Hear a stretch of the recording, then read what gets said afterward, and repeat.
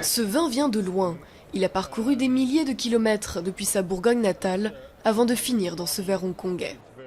Stéphane Charéron a lui aussi fait le déplacement.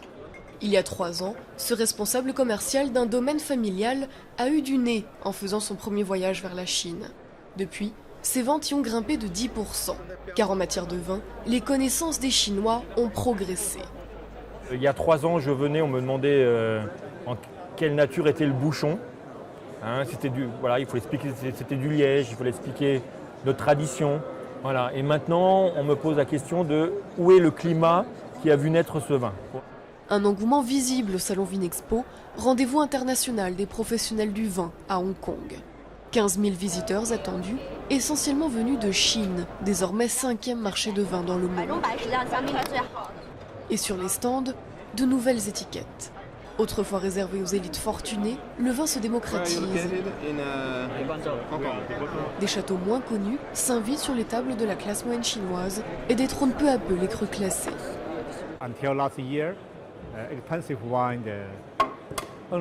Jusqu'à l'an dernier, le vin cher, c'était une marque. La plupart des Chinois ne comprenaient pas ce qu'était le vin.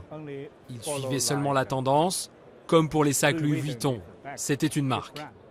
Et maintenant, de plus en plus de consommateurs s'y connaissent en vin.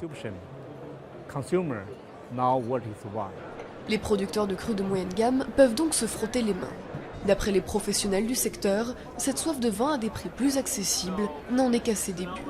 Ça va très vite, ce sont des jeunes, ce sont des femmes, ce sont des hommes et qui trouvent dans ce vin un produit culturel, un produit qui leur plaît au niveau du goût et l'évolution va crescendo.